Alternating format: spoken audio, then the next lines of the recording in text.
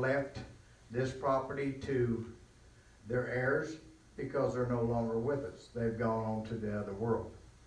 So we need, in my opinion, we need to let them know if they owe money and it was left to them, that this was originated in this contract when you bought a piece of property up here. You got people that live up here that don't have the means to pay that. They agreed to it when they bought the property. So if this has gone on 10, 20 years, we need to get a hold on this. Because this is what makes our community work. This is what takes care of our roads, our water. I'm moving off the mountain. Not because my wife and I purchased a ranch down the road. We're still gonna have property up here. So this is important to us that we get this addressed. One thing I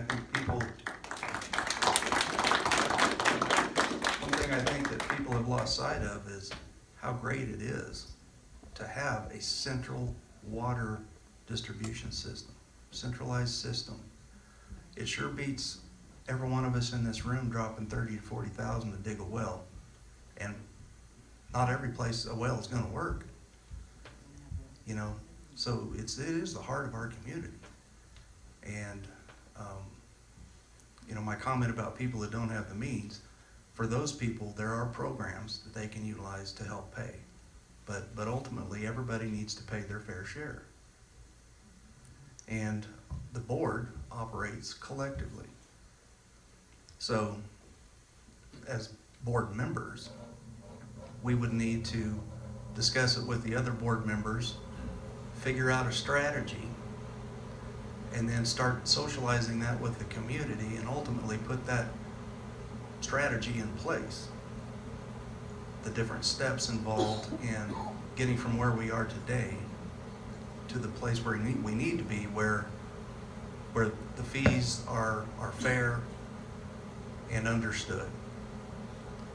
And then we'll have more stable income to address all the water system needs after that. Thank you, Brent. B, do you have anything to add? How about you, Mike? Again, this is kind of like the golf course question. These questions about back standby fees has been around, being questioned about how do we recoup them for a very long time. And I think Brent made mention that maybe the board needs to try to understand why people are so resistant to paying it. Do they feel like they're not getting anything for it? It could be a lot of answers to that question. And obviously we're not going to be able to accomplish anything here with it. But I'm personally a very strong proponent for private property rights. So I agree that we have to operate the water system here. But that kind of runs counter to individuals' personal property rights, and I don't know. They take your land for a lot of things today. It's usually the IRS and back taxes, and so taking people's land for standby fees. I mean, to me, that's like a nuclear option to resolve this. But apart from that, there's just not a lot of other things that can be done other than send letters, ask them to please pay it, or amnesty program. This is a long-term structural problem that's been going on for 20 years. It's not a simple solution, but I agree we need to work on it. I think we have three who can get to it first. Go. Hi, I'm Dennis Kincaid. I live up off of Washita. Okay, so everyone's like, why don't people pay these bills? The hardest bill for me to pay in town, water bill. They don't take credit card, check or cash. This dinosaur, that's the problem.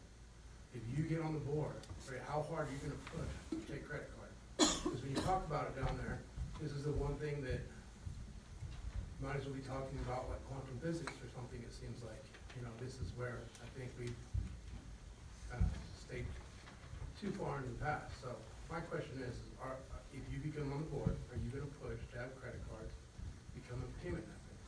3/4 of the people who own property out here don't live here. How are they gonna pay this bill? I won't send a check just off in the mail anymore. I don't even write it. So I think that's the problem. And what are you gonna do? What are you willing to do to fix that? Would like to address that first? I think I'll go with that. One of the questions that we had originally was, what do you think of the existing management? We didn't get to answer that, but I'll give it a shot. The office of the district, the TWSD, needs a lot of help in improvement. They need to come up to the 21st century. We have a lot of young people that they don't even remember what rotary phones were. They pay everything through the phone and through the internet. We need to come up to that. Just because we're up in the mountain doesn't mean that we need to be, at the rock age. So, again, I offer to assist them in any way I can. I was in management for 17 years. I am, knowledgeable in the computer and credit cards, and all of that could be done very quickly. And I'm willing to help them learn the techniques and implement that. Thank you, Bee. Does Brent or Mike, do you have any thoughts on modernizing payment methods? I personally don't have an issue with it. I mean, there's recently posted on their website that there's been a scam, a phishing scam or spoofing, that contacting potential owners in Timberon to tell them where to make their payments. And so that obviously has some people with Timberon and the Water Sanitation District in the office probably a little concerned about moving forward with something like that. And so my only caveat to it is that we need to make sure that we have the proper security measures on our system. I have no understanding whatsoever of what they have and their capability to employ security to keep from getting hacked. Hacking is becoming it may even be $1 trillion business now. I mean, worldwide, I'm sure it is. That would be my only concern, is that you put the proper measures in to prevent hacking of your own accounts and then your customers' accounts. So that's my answer on that. Thank you, Mike. Brent? I have heard anecdotally that, our business systems, the computer systems are pretty outdated and limited in what they can do. Modernizing our business systems should be a goal, and exploring the different companies out there that can provide that service. And Michael made a good point. One of the evaluations that you would do for prospective service providers, would be cybersecurity. And there are others, but there's a lot of companies out there who could come in here and set it up for us so that we could take payment electronically. And it is a fact that businesses who do collect payments electronically will collect more of it than those that don't. Good point. So, where's our next question coming? Oh, Miss Susie Sims, beat ya. She's there. I'll yield. I'm Susie Sims. When we come up here, we didn't come up here to not change anything. We come up here and liked it the way it was. 25 years ago, I liked the way it was. I'm sorry you want computers. You want it, use it. Cash still works. You can't say you don't go to town ever, because I don't go to town very often. And I can still pay cash. I don't have to use a credit card. Most of the people that have a credit card, that's all they got. They're paying it the next month. My business doesn't work that way. If you want to change stuff, or you don't like the way most of this is here, go to hell where you come back from. Oh, that was just a statement made by Miss Susie Bell Sims. Do we have any questions? Arm wrestle for it. On the standby fees, one of the problems why we haven't been able to collect a lot of it is when it was implemented way back when, there was never any interest charged on it or any late fees charged on it. Now, anybody who's rich knows that if you don't charge interest, they ain't gonna pay it because they can use that money and make a hell of a lot more money by investing it somewhere. That's what's been going on. Okay, we are going to implement, through the BRC, we're going to implement fees, interest fees and late fees. We've got to go through their procedures to do that, but we are going to do that. Another problem with forgiving anything is in the state there's an anti-donation clause. And you gotta be very, very careful. You've gotta get something in return for anything that you forgive. And I'm not sure how you could float that. It would be tricky. I'm not saying you couldn't, but you'd probably have to get a ruling from the Attorney General or something. Thank you for that information. Now, do we have any questions? Harvey. Harvey's got a question. Mr. Harvey English has a question.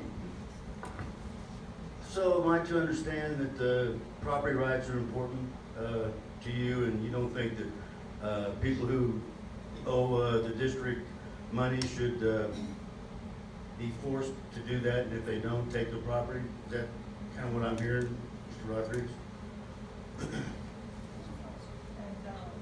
What I'm saying is, Gonzalez, I'm sorry. what I'm saying, Harvey, is private property rights are a cornerstone of what makes America what it is. And the founders had a lot to say about it. I don't have their quotes in front of me, but there are plenty of quotes about it. Over the years, there's been laws passed that allows those rights to be infringed, to be able to take someone's land. And it's primarily due to taxes not being paid. These would be like standby fees, in which we're speaking of now. And so if I was pressed personally to do it, I would try to reach for many other options before I reached for the one where I said, let's start foreclosure on this person. What if this person this is their only resident? What if they don't have the means to pay because something's going on in their life and they just can't do it? You know, if I have an overdue utility bill, do they take my land when I quit paying the bill? No, they cut my utilities off. You know, so I understand the consternation that the community has over years of people paying and others don't. But it is a very difficult position when you start wanting to take people's land for back standby fees. And I might add that if you take enough of them and put enough of them on the market, it does have the potential to drive down property values because they're going to be auctioned for what is owed on them. And I don't have a listing in front of me that tells me what all those fees are. So did I answer your question? Yeah, sure did. But let me just say this. The reason we have these standby fees is because we had someone who petitioned to reduce our property taxes to the point where we couldn't afford to run our water district and to take care of our golf course and to take care of our pool. And in my mind, these are essentially the same thing as taxes. It's what we had to do when we had to do it. And I pay my taxes. I pay my standby fees. Most people in here probably do. There are those that don't, and they don't live here on the mountain. They don't live, they may have 50 properties. They haven't paid a dime. This is not right. $500,000, where would that put us? That would put us in a really nice position on our golf course, do you think? Would you say? We could probably get the front of our lodge fixed, do you think? we could probably afford to have the pool in really good shape and not have to worry every year, are we gonna be able to buy the chemicals and have the pump running and everything else? See, this is what's infringing on our property rights, are those who are not paying. And I think it's way overdue, and I do applaud the board for now taking the position of, if you don't pay, you're gonna lose your property. They shouldn't be allowed to have the property. And we don't have to do it all at once, but we do need to address all of these issues, and we need to be solvent. We would be solvent and be in much better position if we were to take a firmer stand. And I'm not sure that we are still in a position that we are strong enough to say, we're gonna do this, and, you know, we're kind of putting our big toe in, just testing the water. We need to seriously get this money that's owed us, or take the property and auction it off, and whatever that does is gonna still bring money to our system. But I do know we probably collected $50,000 so far this year, I think, on back fees, because we have taken some of these other steps. And we've taken a lot of steps, and I say we, I go to the board meetings and I know what the boards have been doing. They've been trying to do everything they can to get this money in and not have to foreclose. They've pretty much decided now that we've got to do it. And I agree. Putting fees, what bills are you gonna pay? Are you gonna pay bills that have a high interest rate and fines? Or are you gonna pay those ones that have no fines and no interest? They're not gonna pay those. Those are the very last that they would ever think about paying. So I agree with the current board decision to do that, and so what do you think? Thank you, Harvey. So who wants to start wading into that? Well, I would like to say that we're just candidates. I pledge to work with the board. It's something that we can tell you right now what we would like to do, but it's something that we have to work hand in hand with the other board members and come to an agreement and sit there and work out the problems and the ideas, hash them out, and come up with a plan. But we have to work in conjunction with the other board members. Thank you, Bee. Brent, do you have any? What Harvey said. Okay, there you go. Good job. How about you, Mike? You know, if this becomes a popular thing, and we don't know what the success rate's gonna be in court, we don't know if Ms. Wickland's gonna fight it. I did check the case lookup. It looks like Ms. Wickland has been served, so it appears she may have been dodging service before. I would like boundaries set for this. You know, are we gonna go after somebody that's got a $200 standby fee arrearage? You know, I'd like to have some structured boundaries for this. That's just, you know, from my standpoint. And I agree with Ms. B. We're just candidates at this point, you know, but I'm speaking, you know, in the event that I would have a seat on the board. That's one of the things that I'd want. I'd want to know what the boundaries are. Are we just gonna try to go and foreclose on anybody that we need money for? I would hope not, but I do think that there would need to be some boundaries on it. People who have a certain amount and been the longest, you know. So that's my follow-up. Do we have any more questions for our candidates? Remember, they can't do anything right now. So, yeah, please.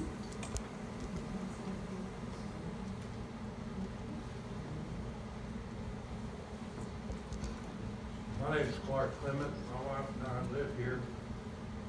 However, we own property up here about 15 years, and we paid all our taxes and everything. So I have no sympathy for people who don't pay the bills. I don't care if it's $200 or $50.